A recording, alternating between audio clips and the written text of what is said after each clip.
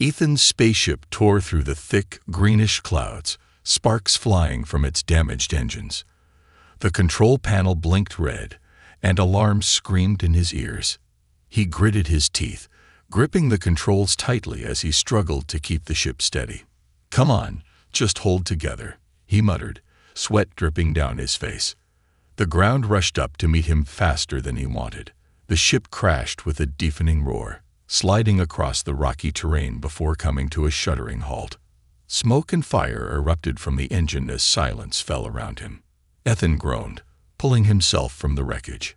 His arm was bleeding, and his leg felt like it had been crushed under the weight of the ship's impact. The air was damp and cold, filled with a faint metallic smell. Strange mist swirled around him, hiding most of the alien landscape. "Great," he muttered. Crash-landed on another unknown planet. Just my luck. He tore off a piece of his shirt to wrap around his bleeding arm and grabbed a small survival pack from the wreckage. With no other choice, Ethan limped forward, his boots crunching on the sharp, black rocks beneath him. The mist grew thicker as he walked, and the faint sound of running water reached his ears. The sound was soothing, like a whispering lullaby in the silence. Curiosity pushed him onward. After what felt like hours, he stumbled upon a strange sight. A glowing, milky white stream snaked through the rocky ground, shimmering under the dim light of the planet's twin moons. The liquid seemed alive, gently pulsing with a faint energy. "What the?" Ethan knelt beside the stream, mesmerized. His injured hand trembled as he dipped his fingers into the strange liquid. It was warm, almost comforting. To his surprise, the pain in his arm started to fade. He unwrapped the makeshift bandage and gasped as he saw the deep wound begin to heal right before his eyes. The torn skin sealed itself, leaving only a faint scar. "This isn't normal," he whispered. He stared at the stream, unsure whether to feel amazed or terrified. He glanced around, realizing for the first time how unnaturally silent it was. No chirping creatures, no rustling leaves, just the faint hum of the glowing liquid. Then he saw it. A shadow moved in the mist, tall and graceful. It was too large to be human. Ethan froze, his breath caught in his throat. His first instinct was to run, but his legs wouldn't move. The shadow drew closer, its shape becoming clearer.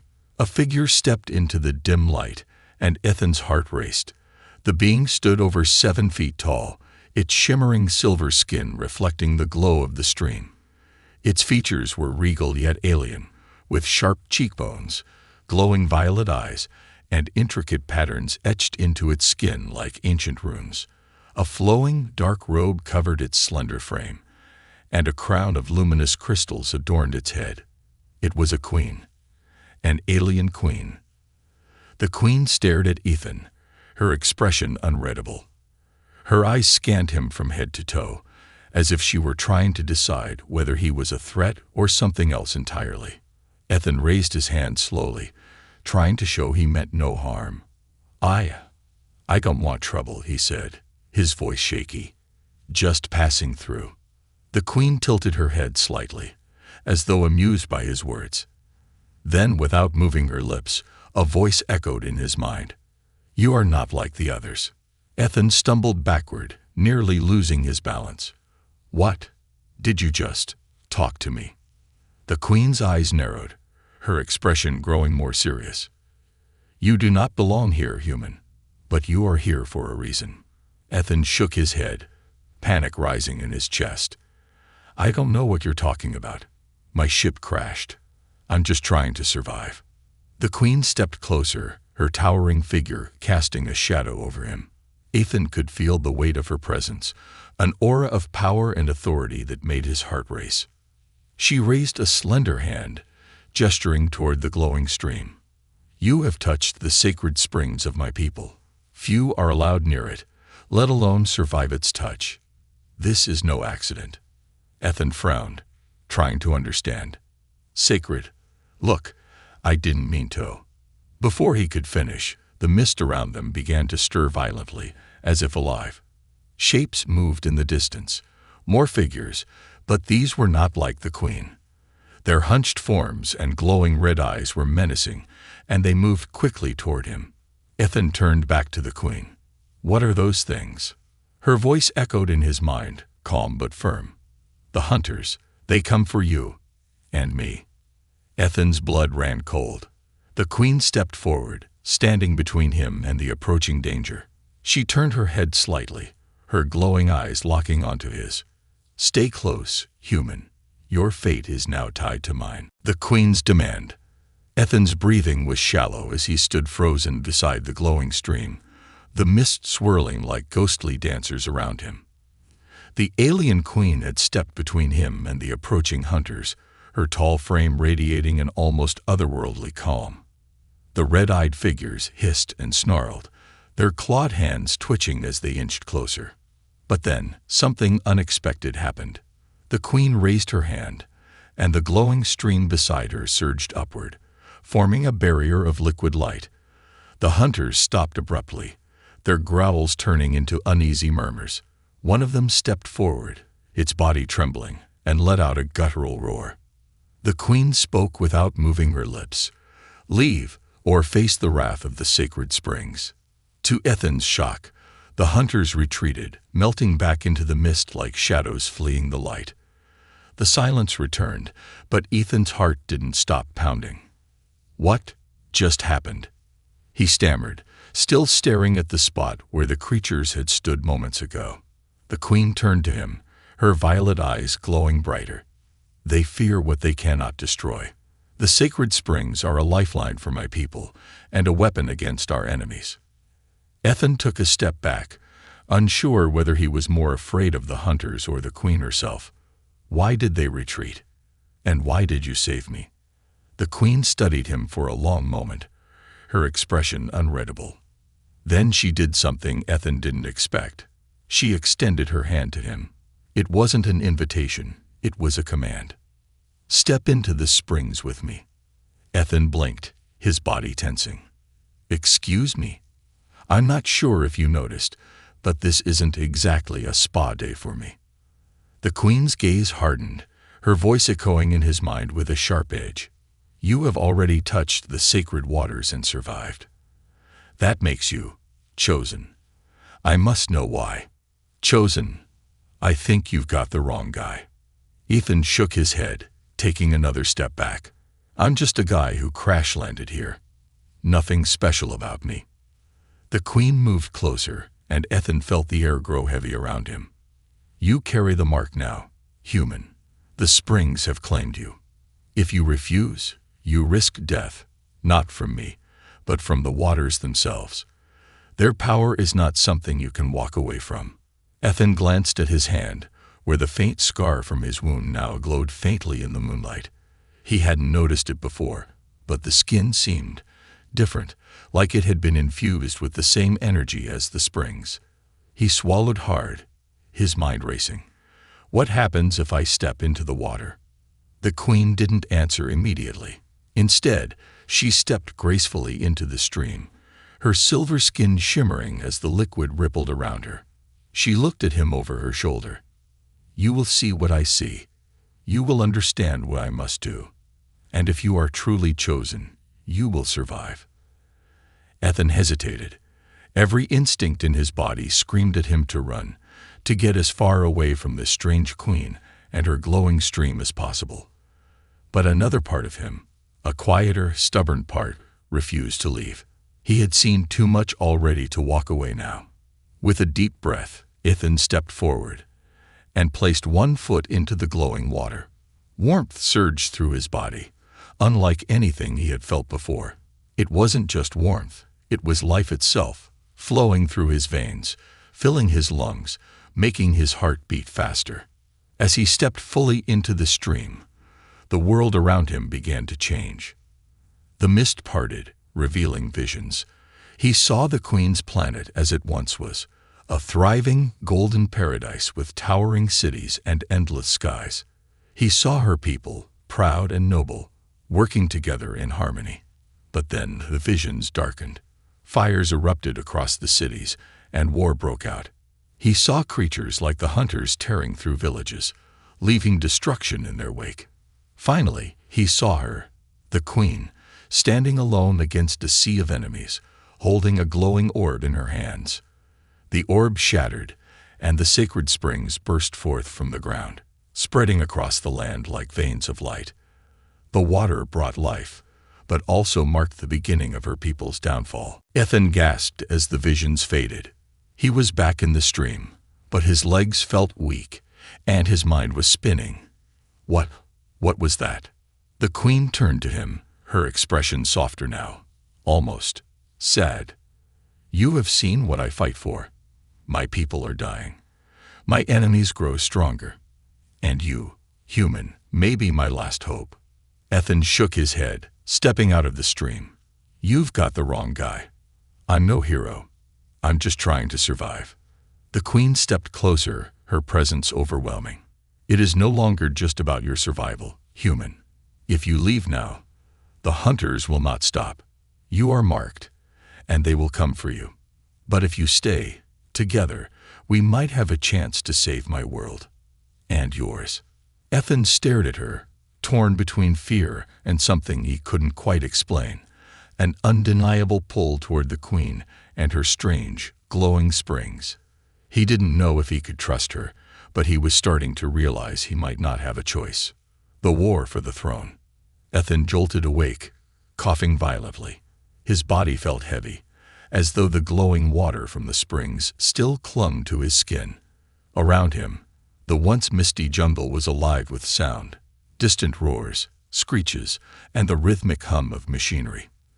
The peace of the sacred springs was gone. The alien queen, Lyra, stood nearby, staring at the horizon. Her silver skin glinted faintly in the dim light, but her usual calm demeanor had shifted. Her jaw was tight, her hands clenched, and her eyes burned with a mixture of fear and fury. What happened? Ethan croaked, forcing himself to sit up. His body still tingled from the strange energy of the springs. Lyra didn't turn to face him. They found us. Ethan squinted, following her gaze. In the distance, plumes of dark smoke rose above the treetops, accompanied by flashes of light. The faint sound of explosions echoed through the air. It wasn't just an attack. It was a war zone. He stumbled to his feet, every muscle protesting. Who's they? The hunters. Lyra shook her head. Worse. The betrayers. Her voice was low, but it carried the weight of deep pain. She finally turned to him, her violet eyes hard as steel. My people, or at least those who once called me their queen. Ethan blinked, confused. Wait. Your own people are trying to kill you. Why? Lyra didn't answer immediately. Instead, she stepped closer to Ethan, towering over him as she spoke. When the springs first appeared, they gave my people life, strength, and hope. But power corrupts. Those who once stood by my side now seek to take it for themselves. They see me as a threat to their rule. Her words were steady, but there was a tremor of vulnerability beneath them. Ethan could see it in her eyes. This wasn't just about a throne. It was personal. And they think killing you will fix everything? He asked, incredulous. Lyra's lips pressed into a thin line. Killing me will give them control of the springs. Without me, they will twist its power to fuel their war machines. They will enslave the planet and drain its life force until there is nothing left. Ethan let out a low whistle. Okay, that's bad. But what does that have to do with me? I'm not a soldier. I can't fight your war. Lyra stepped closer, her gaze intense. The springs chose you, Ethan. You carry their mark. That makes you a threat to my enemies. You are proof that the springs' power is not theirs to control. Ethan frowned, glancing at his scared hand. So, what? I'm just supposed to be your weapon. No, Lyra said sharply. You are supposed to survive. You are supposed to help me take back what is mine and bring peace to this planet. Ethan opened his mouth to protest, but a deafening roar cut him off. The ground trembled beneath their feet as something massive crashed through the trees behind them. Ethan turned, his heart dropping. A towering insect-like machine burst into view, its spindly legs crushing everything in its path. Its glowing red eyes scanned the area, locking onto Ethan and Lyra. A loud, mechanical screech erupted from its body, and a swarm of smaller drones spilled out, hovering menacingly. Ethan's voice caught in his throat. "I'm guessing that's one of your betrayers." Lyra didn't answer. She grabbed his arm and yanked him behind a large rock as a burst of energy fire scorched the ground where they had been standing. The smell of burning vegetation filled the air. "We can't outrun it," Lyra said, her voice calm but urgent. "We fight." Ethan stared at her in disbelief. "Fight? With what? I don't have a weapon. I don't even have armor." Lyra reached into her robe and pulled out a small glowing crystal. She pressed it into his hand, her expression fierce. "You don't need weapons. The springs have already made you stronger. Trust yourself." Ethan shook his head, panic rising. "This is insane. I can't." Another blast shook the ground, cutting him off. Lyra stood, her eyes blazing with determination. "You can, and you will. If you die, we all die." Before he could argue, Lyra stepped into the open, raising her arms. The streams of milky water running through the jungle rose into the air like serpents, swirling around her. The drones hesitated, their mechanical bodies twitching as if confused. Ethan gripped the crystal tightly, his mind racing. He had no idea how to use it, no idea what he was supposed to do. But as he watched Lyra summon the power of the springs, he felt a strange pull deep within him, a connection to the water, to the land, to her. The massive machine screeched again, firing another blast. Without thinking, Ethan stepped forward, raising the crystal. The air around him shimmered, and the energy blast dissolved into a burst of harmless light. Lyra glanced at him, a small proud smile on her lips. "Now you're starting to understand." Ethan didn't feel like he understood anything, but there was no time to argue. The machine charged forward, and the fight for survival had begun. The prophecy unveiled. Ethan opened his eyes to find himself standing in an endless expanse of glowing white water. The horizon stretched infinitely, blurring the line between water and sky. The air felt heavy, vibrating with an energy that seemed to hum directly into his bones. He wasn't sure if he was awake or dreaming. In the distance, a figure stood shrouded in light. It wasn't the alien queen. It was something far older, far larger. Its presence was overwhelming, and even though it didn't move, Ethan could feel its gaze pierce through him. "You have entered the realm of the springs." A deep, echoing voice boomed. It wasn't Lyra's voice, but it carried the same otherworldly quality. Ethan turned in all directions, his heart racing. "Who's there? What do you want from me?" The figure stepped closer, and Ethan could finally make out its form. It was an amalgamation of human and alien features. A towering being with flowing robes made of liquid light, a crown of stars on its head, and eyes that shifted like galaxies. It looked at Ethan with a mix of curiosity and intensity. "You are the walker of two worlds," the being said. "The one who carries the mark of balance, the one who can restore what has been lost." Ethan frowned, his voice trembling. "I think you've got the wrong guy. I'm just a crash survivor. I didn't ask for any of this." The being raised a hand, and suddenly, the glowing water beneath Ethan began to ripple. Images appeared in the waves, visions of Lyra's planet before the war, lush and vibrant. Then came the destruction. Towering machines, rivers turned to poison, and skies choked with smoke. Ethan saw armies marching, their faces twisted with rage and greed. He saw Lyra standing alone, surrounded by enemies, her people turning their backs on her. The water shifted again, and this time Ethan saw himself. He was standing beside Lyra, wielding a staff that glowed with the same energy as the springs. He was leading an army of strange, bioluminescent creatures into battle, their roars shaking the heavens. "No," Ethan muttered, shaking his head. "This isn't real. This can't be me." It is not what you are, the being said, but what you could become. The springs have chosen you, Ethan, because you are neither of this world nor apart from it. You are the bridge between the past and the future. Ethan clenched his fists, anger rising in his chest. Why me? I didn't ask to be chosen. I just want to survive and get off this planet. The being tilted its head, its gaze softening. Survival is no longer your only purpose. Your fate is tied to this world now. If it falls, you will fall with it.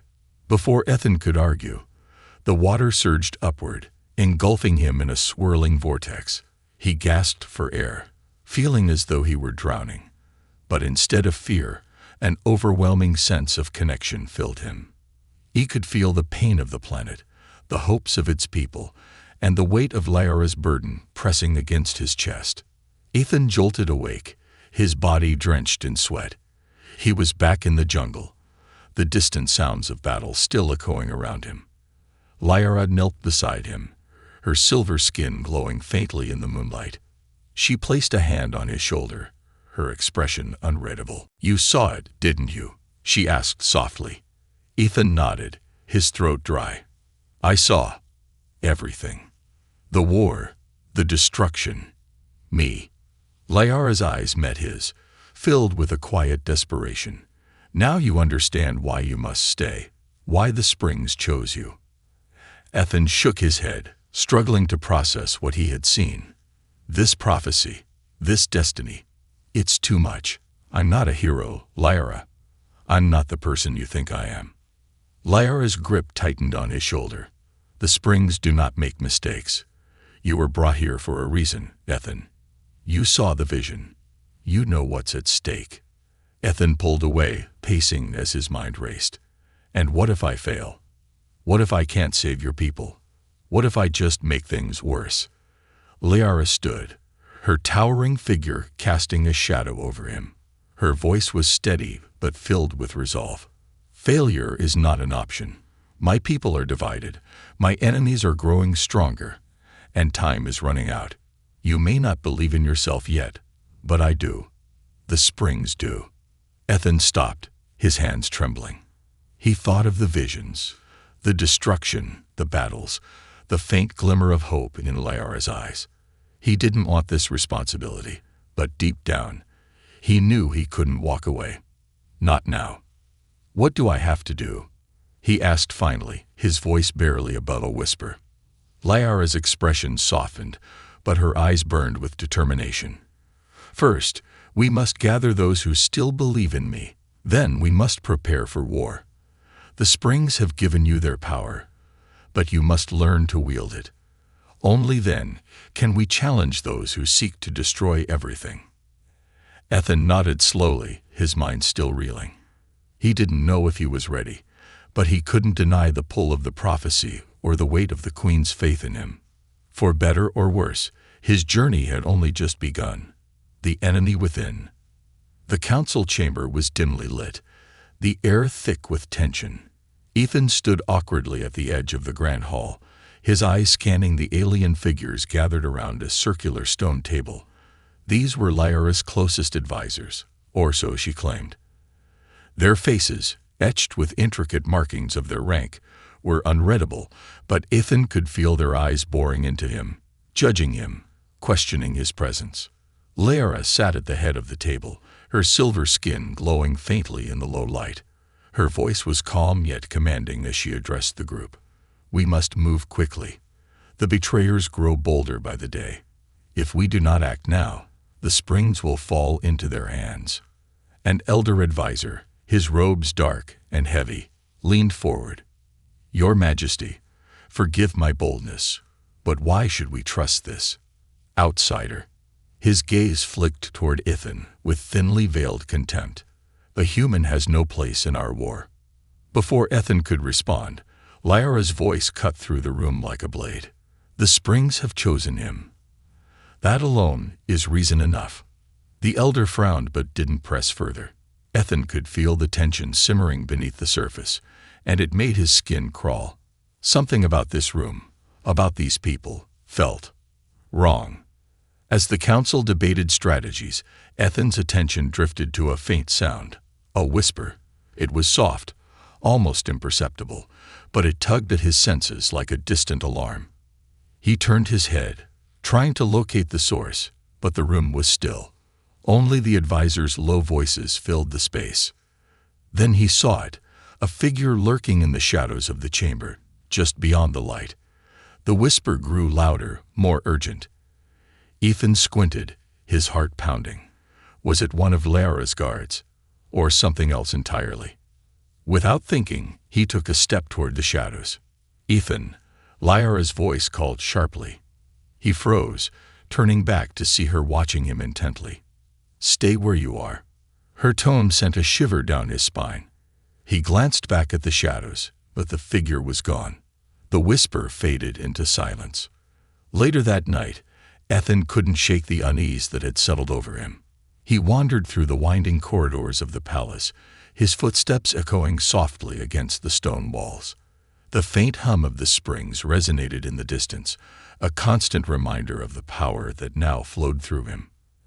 As he turned a corner, he caught sight of a familiar figure, one of Lyra's advisors, the same elder who had questioned him earlier. The man was speaking in hushed tones to another figure, their conversation too quiet to hear. Ethan pressed himself against the wall, straining to catch their words. "The queen is blinded by her faith in the springs," the elder muttered. "This human will bring nothing but ruin." The other figure, cloaked in shadow, replied, "It matters not. The betrayers will strike soon, and when they do, the throne will be ours." Ethan's blood ran cold.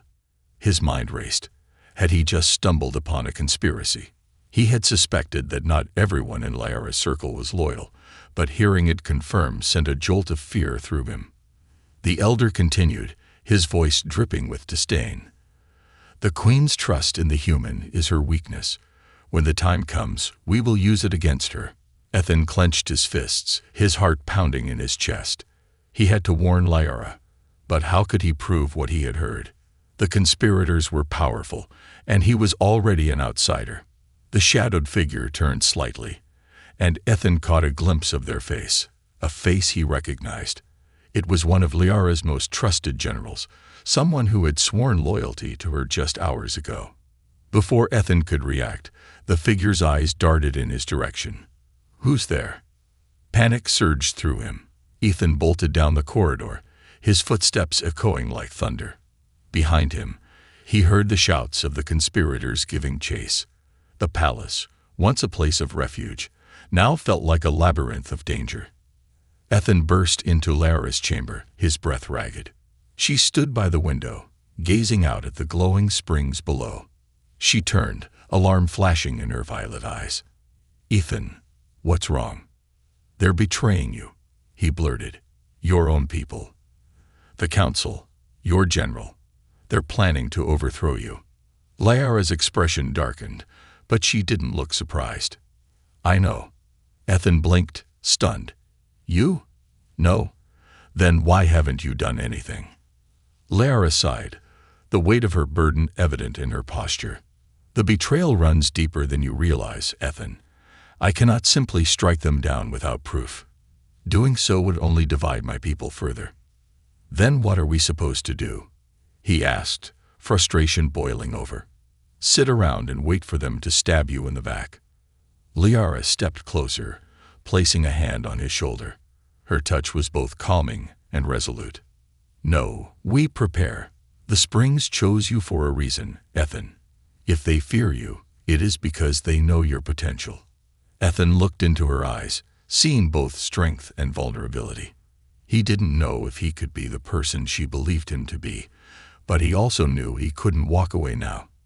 Not when the stakes were this high. "Fine," he said, determination hardening his voice. "What do we do next?" Lyra's gaze shifted toward the glowing horizon. "We find the loyal ones. And then, we make our move. The final battle." The sky burned red as the first explosion rocked the palace walls. Ethan stumbled forward, barely catching himself as debris rained down around him. The once glowing springs that flowed through the city now flickered erratically, their light dimming with each passing second. The air was thick with the acrid smell of smoke and the roar of battle, an unrelenting cacophony of war.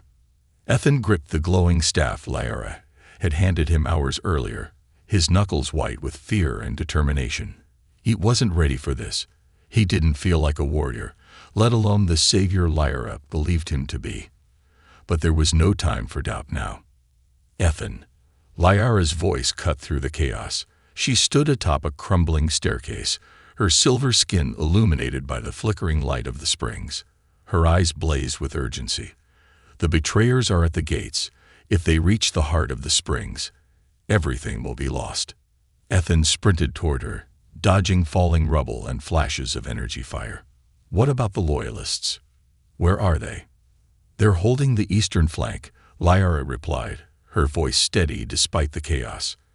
But it won't hold for long. We need to stop the infiltrators inside the palace. Now. Before Ethan could respond, a deafening roar filled the air.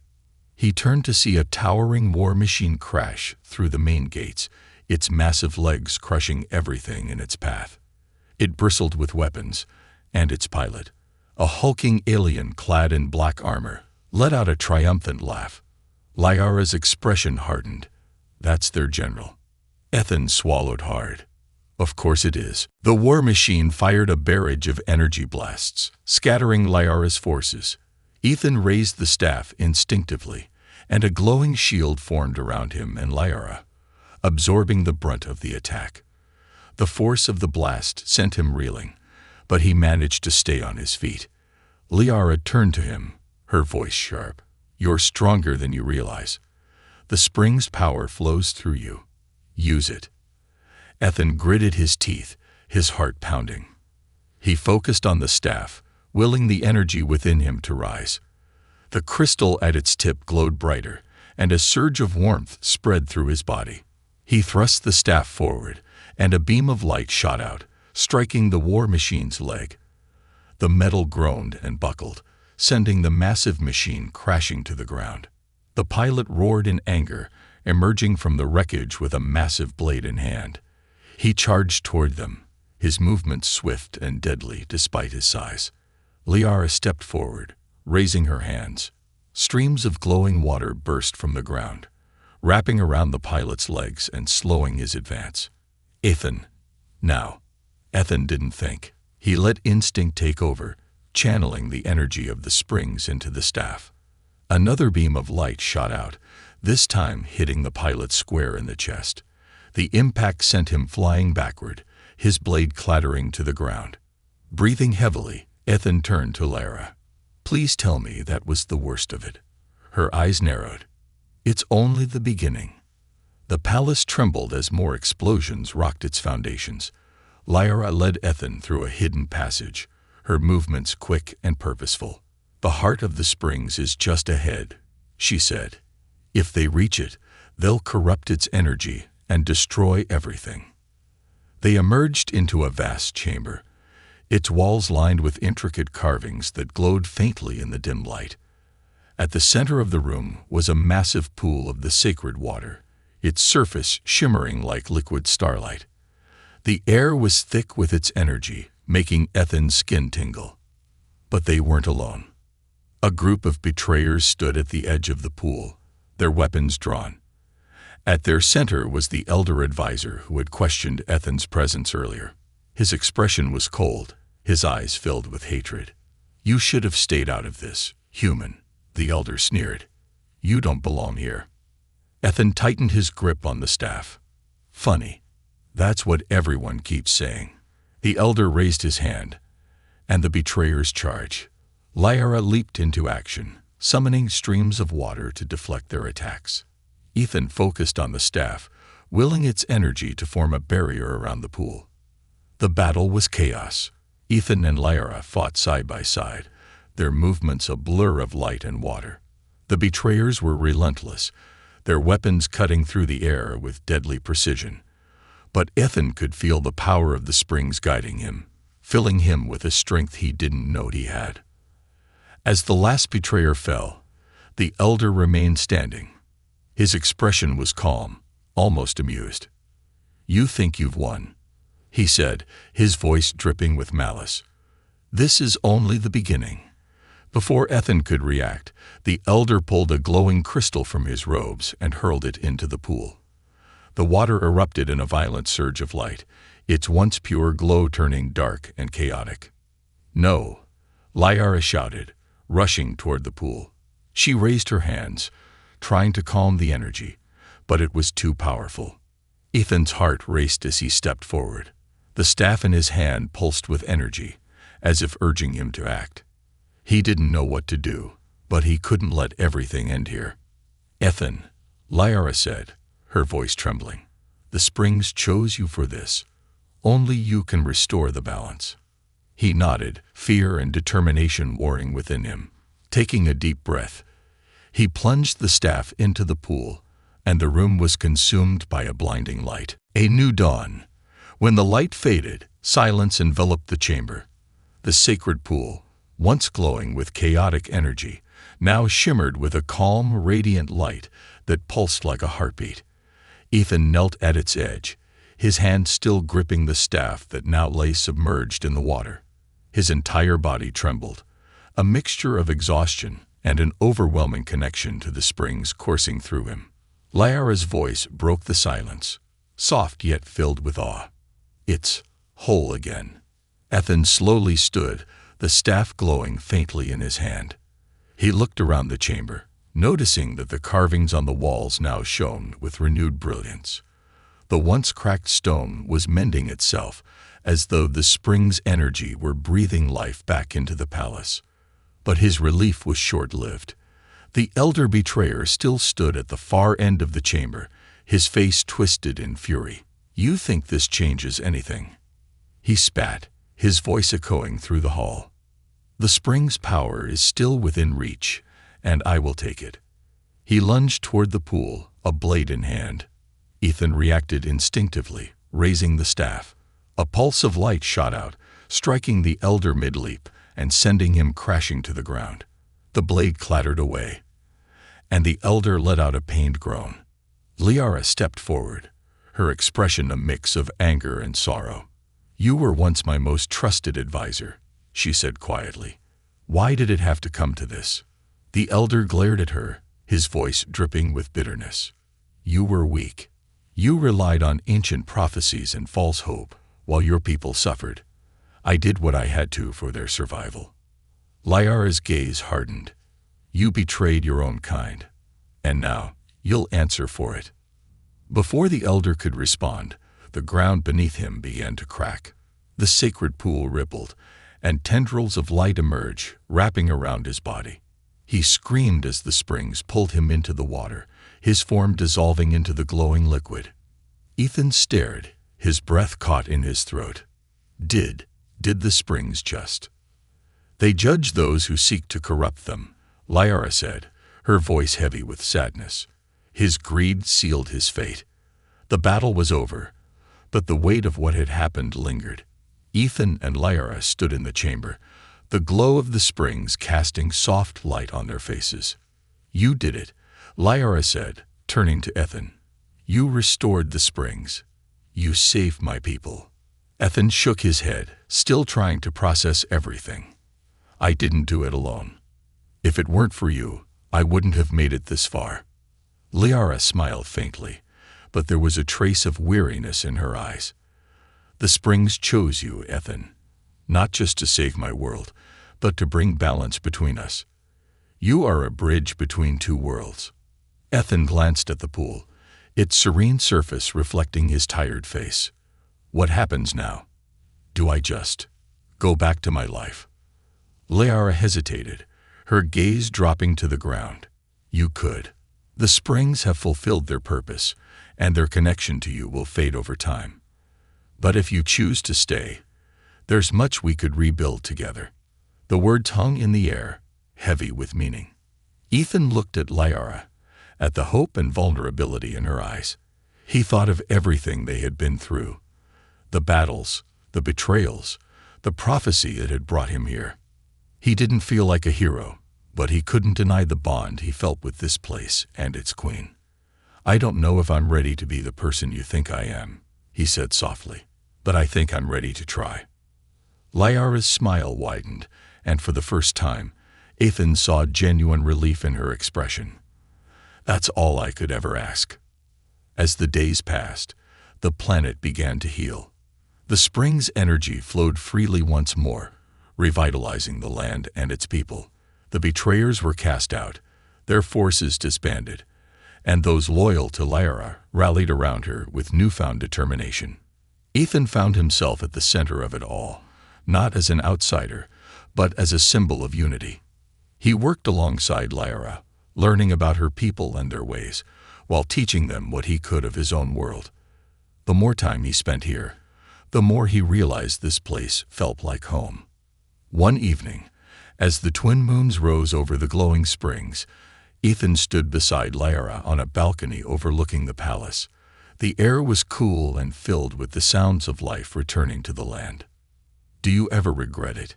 Ethan asked, breaking the comfortable silence. "Trusting me?"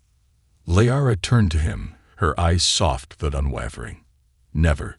You've proven that the springs chose well." Ethan smiled, the weight of his journey finally lifting. For the first time in what felt like forever, he felt at peace. The war was over, but his story here was just beginning.